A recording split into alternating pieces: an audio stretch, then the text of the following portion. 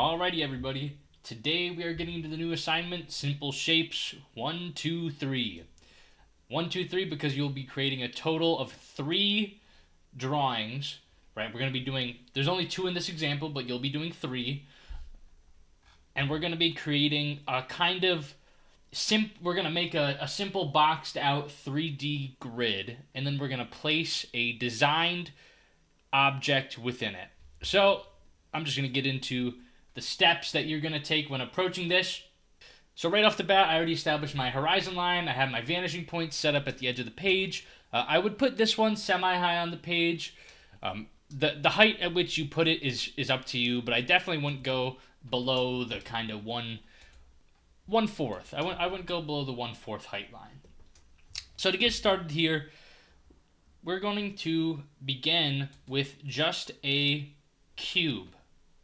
So I really want you to take your time setting up this cube initially, because it is going to be the basis for the entire grid that we are making.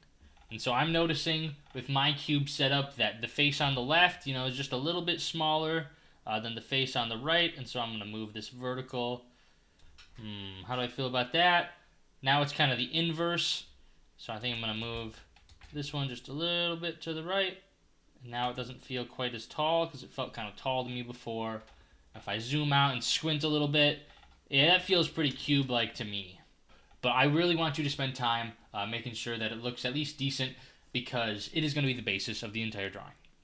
And so the first thing that we're going to do is we're going to duplicate this cube 3 times, or 2 times, we already have 1, because we're going to be drawing an orthographic view and then translating our orthographics into actually being in this 3D grid shape that we're making. And so how you can there's a very simple tool that you can use to duplicate objects, and that is throwing an X on our object, finding the middle, drawing towards the vanishing point, boom. And so what this does is we now have a mark that is directly in the middle of the line on the right. And so utilizing that mark, we can go from the bottom left corner, right, this bottom corner right here, make a line that intersects right at that middle, right, intersects right here, and continue it until it hits the vertical above. And now if we drop down a vertical, this shape is an accurately duplicated version of this, right? These are the same width in space, theoretically, with perspective. So I'm actually going to move it. I think it looked just a little thin there, and so I'm going to move it just a tiny hair to the right, because some of my calculation lines could have been a little off. If we look at this angle right here, this line, it didn't quite hit the corner, and so since my calculation was maybe slightly off, I can use my own artistic judgment. If I felt that this face just looked just a hair too thin, right? Mostly trust your calculations, but if you thought that the face felt just a hair too thin, you can use your discretion to make it a little bit wider, which is what I just did, right? I gave it that little, millimeter of width there. Anyways, I'll start trying to be a little more efficient here, but these caveats are important. And so I'm going to do another X on this face, do the same thing that I just did, draw to the middle. I'm going to go from the bottom corner again,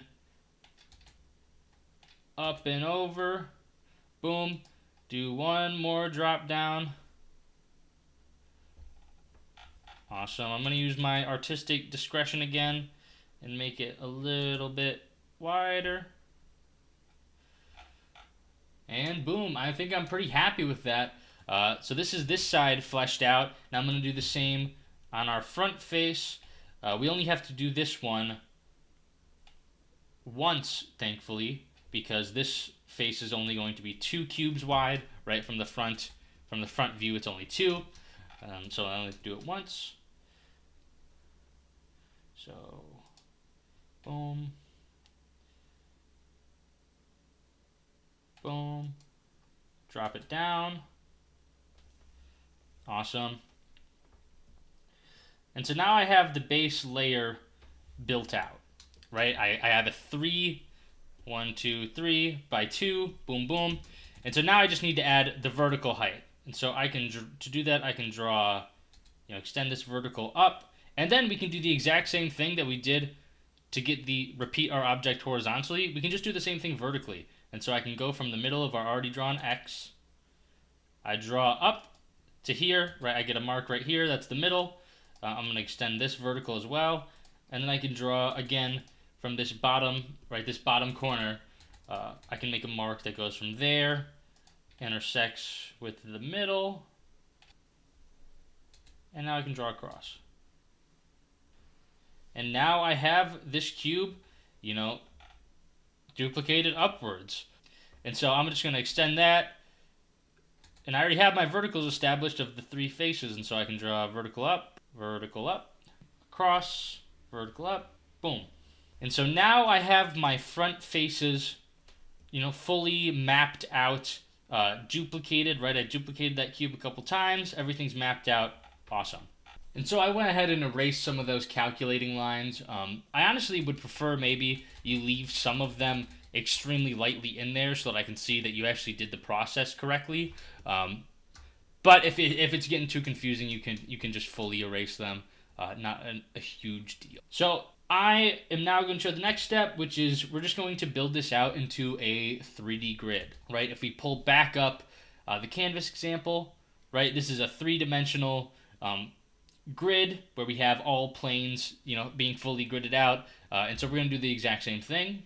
So I am going to get maybe my lighter pen and really just start extending lines towards the vanishing point. I'm going to start with this bottom plane, this very bottom sheet. And using all of my pre-established lines, I'm just going to draw and connect things and go towards vanishing points. And that's the base grid created. I can draw the back one. I can draw this middle tier. Draw through in the back. Draw through in the back again. Now the middle tier. And then as well, just connecting the top right here, right? These lines on top. And so that is every face, right? We have our face in the back of our object. We have the face on, the back left side. And then we have this middle, right? This middle plane gridded out. We have the top plane gridded out. We have the bottom plane gridded out, right? Every single plane that exists needs its own grid. Because now we're going to come over here and we're going to design a shape. And so I already have this made. You'll have to do this for every shape. I'm going to use the one from the example since I like it.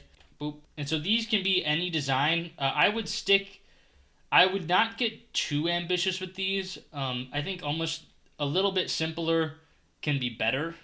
I had some people try to get really ambitious with it, and then the clarity just got really low. Not to say don't push it, right? If you want to, don't be too basic. Don't try to make a ton of jagged, super sharp, acute angles with stuff stabbing out, and have a form that you yourself can't even understand, right? Maybe push it to the limits of what you think you're capable of understanding from a drawing, but I wouldn't push it much further than that. So here is my orthographic view, knowing that it peaks here. I'm also going to get lines right there, right? This is the top view. This is my side view. From the front, it's just this flat angle, and so there's no lines up or down. But from the top view, there's this bend, and so we get 2 vertical lines there. So now I'm going to drop maybe the opacity of this a little bit for clarity, and then just start making some lines about what you'll be doing. So I'm going to just follow the grid, right? I'm just going to follow this. I'm going to start with my side profile. Boom. We go right. We go up. We go right. We go down. We go right. All right. Right. Up. Right. Down. Right. Awesome. Then there's a line that connects them this way. So I'm going to do that. And there's one at the top. And then down again. Cool. And now I'm going to do this exact same shape, but on the draw through face in the back. Where I'll go there, there, boom, boom.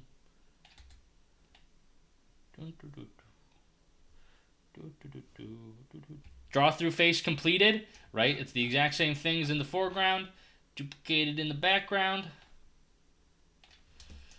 And now you can just start filling in some of the rest of the lines, right? Like this front edge, this top, these. I'm going to drop my line weight just a little bit. Connecting all of these. Anywhere where there's a bend, you're going to be placing a line. And so this is going to get obviously pretty line heavy, as you can see from mine.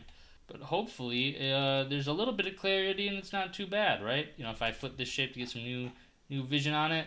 But this is all we're doing. You'll be doing 3 of them, meaning that you'll be doing one, you know, on this bottom panel. You'll be doing another shape. And then you're going to flip your paper over to the back, right? Flip this guy over to the back and then just do one more panel. And then that'll be your 3. For line weights, we can keep them pretty consistent. I want to just see every line, and so these might need to be kind of bold for me to see them all. I wouldn't go too heavy with them. Maybe you do this all in ballpoint pen so that you have, you know, the flexibility to buff up your line weights afterwards. That's totally an option. But maybe it looks something like this, or with line weights a little bit thinner. I purposely kind of chose the thickest possible one you could do to make it as an example, but I would not go thicker than this. This is really pushing it. We want it to try to make this pretty tidy, readable, architectural maybe, right? They always tend to have like really light line work. I kind of like that style. You know, we can refer back to the Canvas page for that, right? This is maybe more what you're shooting for in terms of line weight. I just wanted to make it really clear in the demo. Anyways, that is what we're doing. I will turn it back to me. Good luck. It's not, you know, it's a pretty simple thing. It's not too bad, and I know you all can do it.